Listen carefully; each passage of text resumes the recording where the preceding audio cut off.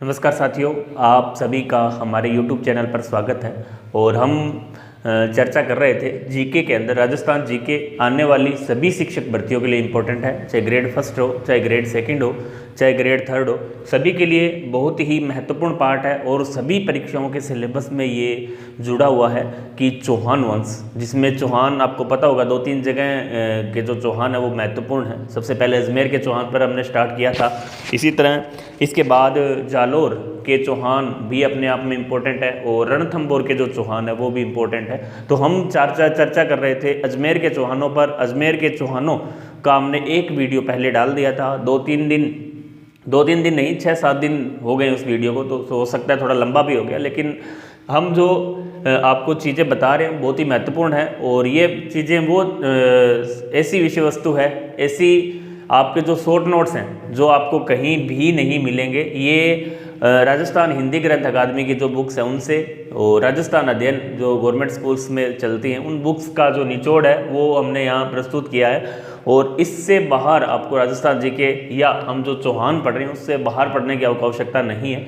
इससे पहले हम सभ्यता स्थल का जो कंप्लीट टॉपिक है वो पूरा कर चुके हैं, उसको भी आप प्ले लिस्ट में जाकर देख सकते हैं। तो आज हम इस पर चर्चा कर रहे हैं। और इससे पहले आप शायद भूल भी गए होंगे, इससे पहले हमने अजमेर के चौहान वंश में स्टार्ट, अजमेर के जो चौहान है उसकी जो शुरुआत है वो हमने की थी। उसमें हमने इससे पहले 3-4 जो शासक है उस पर हमने चर्चा कर ली थी। और आपको पता होगा अजमेर के जो चौहान नहीं, सभी चौहानों का जो शुरुआत है किस शासक से हुई थी, जिसे चौहानों का आदि पुरुष माना जाता है। आपको पता होगा वासुदेव चौहान से इसकी शुरुआत हमने की थी। अजमेर के चौहानों में जो इनका आदि पुरुष है वो वासुदेव चौहान को माना जाता है। इसके बाद इससे पहले विग्रहराज नहीं, इससे विग्रहराज से पहले अजयराज है, अर्णोराज है। अब इस पर हम चर्चा कर रहे हैं विग्रहराज चतुर्थ पर। और इससे पहले पृथ्वीराज प्रथम है। बहुत से शासकों पर हमने चर्चा कर ली थी, और जिनकी केवल एक एक लाइनें इंपॉर्टेंट है, कोई ज़्यादा बड़ा मैटर नहीं है उसके अंदर। इससे पहले हम वासुदेव चौहान पर चर्चा कर चुके हैं, अजयराज पर कर चुके हैं, अर्णोराज पर कर चुके हैं, और उनकी केवल एक एक लाइन हमने आपको वहाँ बताई है। इसी तरह चौहानों का जो प्रारंभिक चौहानों में विग्रहराज द्वितीय नाम का एक शासक हुआ था, उस पर भी हमने चर्चा की थी, महत्वपूर्ण शासक थे। तो आज हम शुरुआत कर रहे हैं विग्रहराज चतुर्थ के ऊपर। विग्रहराज चतुर्थ ने क्या कहा, शुरू करते हैं। विग्रहराज चतुर्थ को वैसे तो चौहानों का स्वर्ण काल कहा जाता है। स्वर्ण काल मतलब जो चौहान के सभी शासक हुए उनमें सबसे महत्वपूर्ण शासक है विग्रहराज चतुर्थ।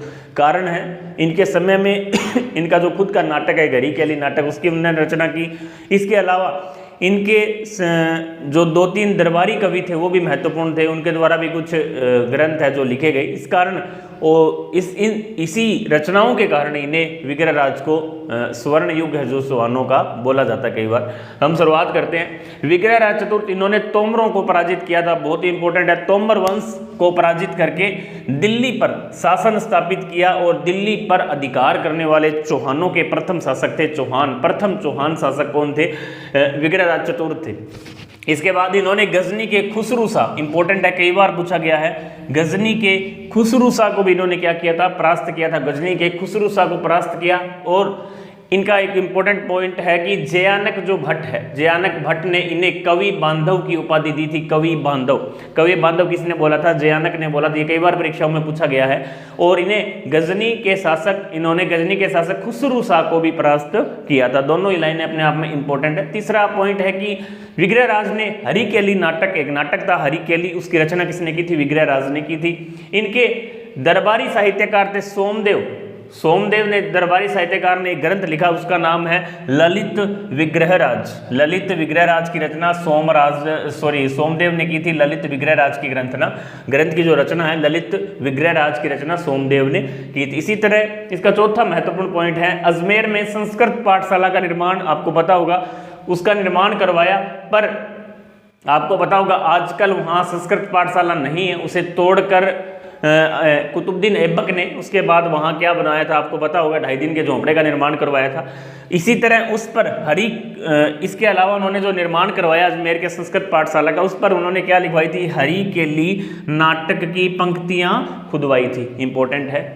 इनका जो काल है वो चौहान वंश का स्वर्ण काल माना जाता है। इसके बाद अपांग्य, देखो इसके बाद दो महत्वपूर्ण शासक बहुत हुए हैं, लेकिन दो महत्वपूर्ण शासक जिनको आपको केवल नाम याद रखना है, पहला है अपर गांगेय, इसके बाद पृथ्वीराज सेकंड। पृथ्वीराज सेकंड जरूर थोड़े इंपॉर्टेंट है, बाकी प्रश्न नहीं पूछा जाता है। अपांगेय और पृथ्वीराज सेकंड है जो शासक बने। इसके बाद सोमेश्वर चौहान अपने आप में बहुत इंपॉर्टेंट है। सोमेश्वर चौहान पृथ्वीराज सेकंड की मृत्यु के बाद उनका चाचा, मतलब सोमेश्वर उनके चाचा थे और अरुणराज के क्या थे, पुत्र थे। सोमेश्वर गद्दी पर बैठे। सोमेश्वर इनके समय बिजोलिया अभिलेख, जो बिजोलिया में अभिलेख है, बिजोलिया अभिलेख, ये किनके समय का है? ये सोमेश्वर चौहान के समय का। कई बार प्रश्न पूछा जाता है बिजोलिया शिलालेख का संबंध किससे है, तो आप बताओगे सोमेश्वर चौहान से। इनका विवाह कर्पूरी देवी से हुआ था, जो त्रिपुरी नरेश अचल की राजकुमारी से हुआ था। अचल कोई राजा थे, त्रिपुरी नरेश अचल की राजकुमारी से हुआ। इनके पृथ्वीराज थर्ड और हरिराज दो पुत्र हुए। पृथ्वीराज थर्ड और हरिराज दो पुत्र हुए। आपको ये भी पता है आगे जाकर हरिराज नहीं, पृथ्वीराज जो थर्ड है, पृथ्वीराज थर्ड जिन्हें पृथ्वीराज चौहान के नाम से जाना जाता है, वो शासक बने।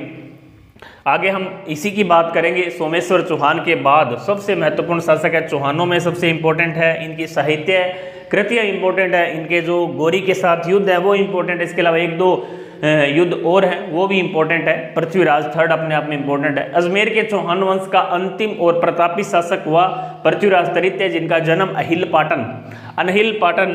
अनहिल पाटन में हुआ 1177 में। 1177 मतलब इनका जन्म 1166 में हुआ था, 1166 ईस्वी में। और ये 11 वर्ष की आयु में, मतलब 1177 के अंदर क्या बन गए? शासक बन गए और इन्होंने गद्दी संभाली 11 वर्ष की आयु में। कर्पूरी देवी ने इनकी सुरक्षा हेतु कदम्बवास या जिसे केमास को मुख्यमंत्री नियुक्त किया और भुवेकमल, जिन्हें भुवेमल भी कहा जाता है, भुवेकमल को सेना अध्यक्ष नियुक्त किया। पृथ्वीराज ने 1178 में, अब 77 में ये बैठे, साल भर इनको लग गया अपनी सत्ता को समझने के लिए। एक साल बाद उन्होंने पूरी शक्ति अपने हाथ में ले ली और 1178 में पूरी शक्ति को उन्होंने क्या किया? अपने हाथ में ले लिया। और 1182 के अंदर इनका एक अभियान है, बहुत महत्वपूर्ण है, महोबा का अभियान। 1182 के अंदर महोबा के चंदेल शासक परमर्दी देव को इन्होंने क्या किया था? पराजित किया था, हरा दिया था। और ऐसा भी माना जाता है कि परमर्दी देव के दो सेना नायक थे जो उससे रूठ कर चले गए थे, उनको भी उन्होंने इस युद्ध के अंदर याद किया और वो आए और उन्होंने बहुत ही जबरदस्त युद्ध किया। किनके साथ? चौहानों के साथ, और लेकिन हार गए युद्ध बहुत, क्योंकि वो एक उन्होंने जब बुलाया तो उन्होंने बोला था कि मेरा साम्राज्य लूट रहा है, चौहान हमारे साम्राज्य को लूट रहे हैं, लेके जा रहे हैं। तो उन्हें लगा कि हम, हालांकि वो किससे नाराज थे? परमर्दी देव से नाराज होकर अपना शास्य राज्य है जो छोड़कर चले गए थे। लेकिन विपरीत परिस्थिति आई जब दोनों सैनिक, बहुत ही नाम चलता है इनका, अल्लाह और उदल, और वापस आए, लड़े, लेकिन वो भी क्या हुए? वीर गति को प्राप्त हो गए। इस तरह परमर्दी देव है जो हार गया किसके द्वारा? पृथ्वीराज तृतीय के द्वारा। और पंजू राय को महोबा का अधिकारी नियुक्त कर दिया। हारने के बाद पृथ्वीराज थर्ड यहाँ से चले गए और पंजू राय को यहाँ का, ये प्रश्न पूछा गया कई बार, पंजू राय को यहाँ का उत्तराधिकारी नियुक्त कर दिया। चालुक्य, इसके बाद है चालुक्य पर विजय। चालुक्य जो शासक थे उन पर, चालुक्यों पर विजय। गुजरात के चालुक्य भीम कौन थे? गुजरात में थे चालुक्य, और वहाँ भी शासक कौन था? भीम सेकंड को हराकर वहाँ विजय प्राप्त कर ली। आबू के शासक सलख की पुत्री इच्छिनी से विवाह करना चाहते थे। कहा जाता है कि भीम सेकंड और दोनों का जो युद्ध का कारण था वो यही था कि वो इच्छिनी से विवाह करना चाहते थे। और लास्ट में क्या हुआ? 1184 के अंदर दोनों में निर्णायक संधि हो गई, युद्ध नहीं हुआ, दोनों में लड़ाई नहीं और दोनों में समझौता हो गया। नेक्स्ट, इसके बाद चौहानों की पृथ्वीराज के साथ आगे जो मोहम्मद गौरी है उसके साथ आगे के जो युद्ध है, तराइन का प्रथम युद्ध है, तराइन का सेकंड युद्ध है, उस पर हम चर्चा करेंगे। तराइन का जो प्रथम युद्ध है, तराइन का प्रथम युद्ध ऐसा कहा जाता है कि 1191-92 में लड़ा गया और 1184 के अंदर चालुक्यों से जो युद्ध हुआ, उसके बाद चालुक्यों में आपस में भीम सेकंड के साथ जो संधि हुई 1184 के अंदर, उसके बाद मोहम्मद गोरी, आपने नाम सुना होगा, मोहम्मद गोरी का जो शासनकाल था वो गौरवंश लगभग 1184 के आसपास से लेकर 1191 तक, इन दोनों के मध्य युद्ध 1184 तक हमने किया था। 1184 के बाद 1-2 साल शांत रहा माहौल, और 1186 से लेकर 1191 तक दोनों के मध्य बहुत युद्ध हुए। बहुत मतलब अलग अलग बुक्स में अलग अलग बताया गया है। जैसे पृथ्वीराज रासो है वो ये बता रही है भी यहाँ उनके मध्य 11 युद्ध लड़े गए, और हमीर महाकाव्य के अनुसार दोनों के मध्य 7 बार युद्ध का उल्लेख है, और सभी में पृथ्वीराज तृतीय, पृथ्वीराज चौहान को विजय प्राप्त हुई, और हर बार पृथ्वीराज मोहम्मद गोरी को हार का सामना करना पड़ा। और उसके बाद 1191 के अंदर तराइन का जो प्रथम युद्ध है, तराइन आपको पता है, तराइन का मैदान करनाल हरियाणा के अंदर है, और वहाँ दोनों सेनाएं आपस में लड़ी, दोनों सेनाओं के मध्य भयंकर युद्ध हुआ, और जिसमें परिणाम स्वरूप पृथ्वीराज चौहान की उसमें विजय हुई, और तराइन के प्रथम युद्ध में मोहम्मद गोरी, शहाबुद्दीन गोरी हार गया। और उस समय हार के बाद जब पृथ्वीराज ने तबर हिंद एक स्थान है, तबर हिंद पर अपना जो है अधिकार कर लिया, और वहाँ के काजी जियाउद्दीन को क्या कर लिया, बंदी बना लिया, और जियाउद्दीन को कुछ समय बाद बहुत सी धनराशि लेकर उसे वापस छोड़ दिया।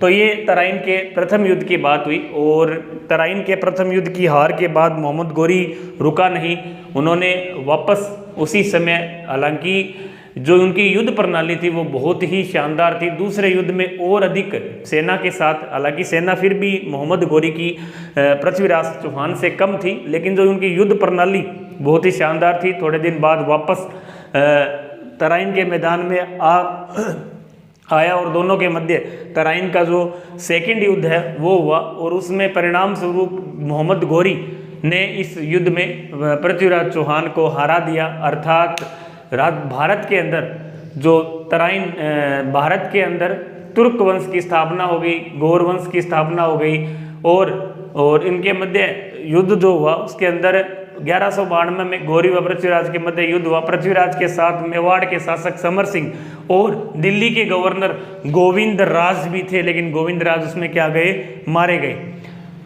इस युद्ध में पृथ्वीराज की हार हुई। भारत में मुस्लिम शासन की स्थापना सबसे पहले 1192 में हुई, मोहम्मद गोरी के रूप में हुई। युद्ध के पश्चात गोविंद राज को अजमेर का प्रशासक किसने नियुक्त कर दिया, मोहम्मद गोरी ने गोविंद राज को यहाँ का प्रशासक नियुक्त कर दिया, और बोल दिया भी आज से आप अजमेर को संभालोगे, और वो दिल्ली लौट गए। इसके बाद पृथ्वीराज चौहान के बारे में कुछ महत्वपूर्ण तथ्य हैं जो इंपॉर्टेंट है, कई बार पूछ ले जाते हैं। इन्हें अंतिम हिंदू सम्राट भी कहा जाता है। इसके बाद इन्हें राय पिथौरा की उपाधि भी दी गई है। इन्होंने अपने चारों ओर के दुश्मनों को खत्म कर, अर्थात दल पंगुल विश्व विजेता की उपाधि भी धारण की थी। इसके अलावा इनके बहुत से साहित्यकार है जो बहुत इंपॉर्टेंट है। पहला है पृथ्वीराज रासो की ग्रंथ की रचना चंद्र बरदाई ने की थी, तो चंद्र भाई इनका क्या था, साहित्यकार। इसके अलावा इनके कवि और साहित्यकार दोनों ही इंपॉर्टेंट है। इसी तरह पृथ्वीराज विजय की रचना किसने की थी, जयानक ने।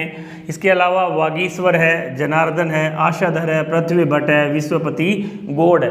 ये हमारा जो कंप्लीट हुआ क्या, पृथ्वीराज और तराइन का युद्ध और मोहम्मद गोरी, मतलब कंप्लीट अजमेर के चौहान। हमने आज अजमेर के चौहान का जो टॉपिक है वो कंप्लीट कर लिया। इसमें क्या क्या पढ़ा वो आप वीडियो फर्स्ट और वीडियो सेकंड के अंदर कंप्लीट देख सकते हैं। इसके बाद हम जो जालोर के चौहान है और रणथंभौर के चौहान है दोनों को स्टार्ट करेंगे, और आप इसको वीडियो को अच्छे से देख लें।